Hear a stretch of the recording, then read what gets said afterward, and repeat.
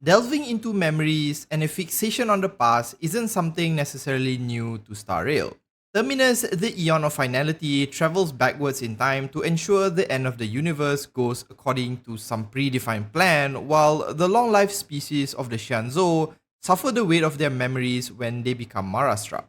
But none among them are more concerned with history, memories, and the events of the past as those who tread the path of remembrance, a path solely dedicated to preserving the history of the universe. With the Hall of Memories and March 7th's companion quest, the Path of Remembrance and the factions associated with it have been seen in increasing frequency. But who exactly are these people who devote themselves to the Aeon of Remembrance? This is what we will explore in this video, the factions that follow Fuli and venerate the Path of Remembrance. Before we jump into that, if you want to see more Honkai Star Rail content, do consider subscribing to the channel. Not much is said about the Path of Remembrance itself or how it came into existence. In order to understand it, we must instead look to its most fanatical follower, the Aeon of Remembrance Fuli. While Fuli largely remains an enigma, through its actions and rare appearances, we can somewhat infer its goal or true purpose. Fuli only ever appears whenever a significant event in history is about to take place. It appears at these events to witness and functionally record it, as most of its time is spent collecting and storing the many different memories that exist in both the past and present. The big question really is, why does it do this? Through the Simulated Universe Swarm event, we learn that Fuli is thought to have been born around the time the Aeon of Voracity and the Aeon of Propagation occupied the universe. At the time, the very stars and planets were disappearing by the hundreds, with Voracity eating as many as it could find, and the armies of Propagation destroying whatever was in their path. Whenever they ran into each other, even more destruction ensued, and this culminated in essentially an all-out battle between many different eons. Due to this swath of destruction, many species, events, and knowledge were functionally lost overnight. Almost as if the universe itself wanted to preserve these events, fully seemingly materialized into existence. Now, this information, while appearing logical to Herta, also made her question its validity. While it's possible that this is indeed how and why Fuli as well as the Remembrance came into existence, Herta herself has some lingering doubt due to it being too convenient of an answer and feels as though it's something the history fictionologist, a faction that comes up with fake stories, would write up. Nevertheless, this is the closest explanation we currently have of what Fuli and the Path of Remembrance stands for. If this story is to be believed, Fuli functionally works to preserve and store all relevant and important memories the universe has to offer as a preparation for its eventual destruction and rebirth. Again, we don't know why it's really doing this, and the path may have been born out of the trillions of sentient beings feeling lost knowledge is wasteful, or maybe having the need to preserve it or something. Much like the IPC and architects who wish to help Clipoth build its walls, and the mass fools who want to laugh just as hard as Aha, the followers of Fuli do so because they too believe in the mission of their Aeon. The faction most widely associated with Fuli and the Remembrance is the Garden of Recollection. The members of this faction not only pray to Fuli but follow in its footsteps exactly.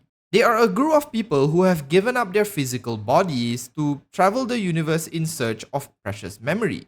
To the garden, to be remembered means that someone or something still exists in some form. And in the face of destruction, they believe this to be the only way to prevent things from completely disappearing. Those who carry out this work are known as memo keepers, and by giving up their physical bodies, the memo keepers are able to traverse the cosmos with little to no limitations, as they are functionally mimetic entities, sentient concepts to some degree. They can change their appearance, travel large distances very quickly, and even phase out of existence so that others do not interfere with their tasks, or are even aware they are there in the first place. Suffice to say, you only see them when they want you to. The garden stores and captures these memories using rather advanced technology, the simplest of which is a memory bubble, a thin membrane that allows memories to be stored and transported. They are also the creators of light cones, which are a far more advanced tool and able to store not only events but experiences and abilities, allowing any who can access them to relive the same experience or gain the same abilities. It is currently unknown where they store all this information, but likely have a central location like a warehouse or something out in the depths of space. Now, while their goal may appear to be noble on the surface, the memo keepers and other members of the Garden are not above more questionable approaches. To them, the preservation of these memories are the top priority, and they do whatever they have to in order to obtain them. They might trade for them or buy them outright, but when that fails, and if the memory is deemed to be too important, they will lie, steal, and deceive as they view their work as more important than any single instance of damage they might cause.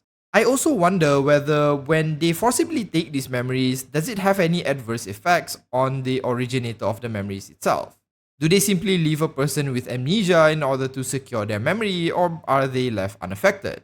If the former is the case, then this faction may be more sinister than they initially appear. It also makes me think this might be what happened to March, with her memory stolen and herself left without any understanding as to why or what her true past is. But that's not something we can answer in this video, so check out this other video instead if you're curious about March. The other faction associated with the Remembrance are referred to as the Crematers. The Crematers believe pretty much the same thing the Garden does and wants to preserve information in the name of their Aeon. The difference is that they don't believe every memory is worth saving. The Crematers believe that in attempting to save as much information as possible, Fuli is shouldering an immense weight on their shoulders by storing it in itself, all the events of the entire universe. Billions upon billions of years of data is not an easy thing to warehouse. In addition, some events are just deemed to be not worth saving, and whenever the Garden does so, the Cremators believe it taints the overall land of memories they believe Fuli is trying to build. They would often break into the memory warehouses of the Garden and steal memory bubbles and light cones for their own assessment. Those they deem to be a waste or not worth saving are destroyed, while others are returned without incident. This is likely where their namesake of Cremators originates from. By destroying the irrelevant information, they believe it may ease the burden of their god. We do get a glimpse of the scale of data Fuli is storing during the Swarm Disaster Simulated Universe event, as when Fuli passed on a fraction of its memories to the Trailblazer to safekeep, the entire simulated universe had to be forcibly shut down. Even the vast storage of the simulation Herta had built was nowhere near sufficient to hold but a fraction of the information Fuli had collected.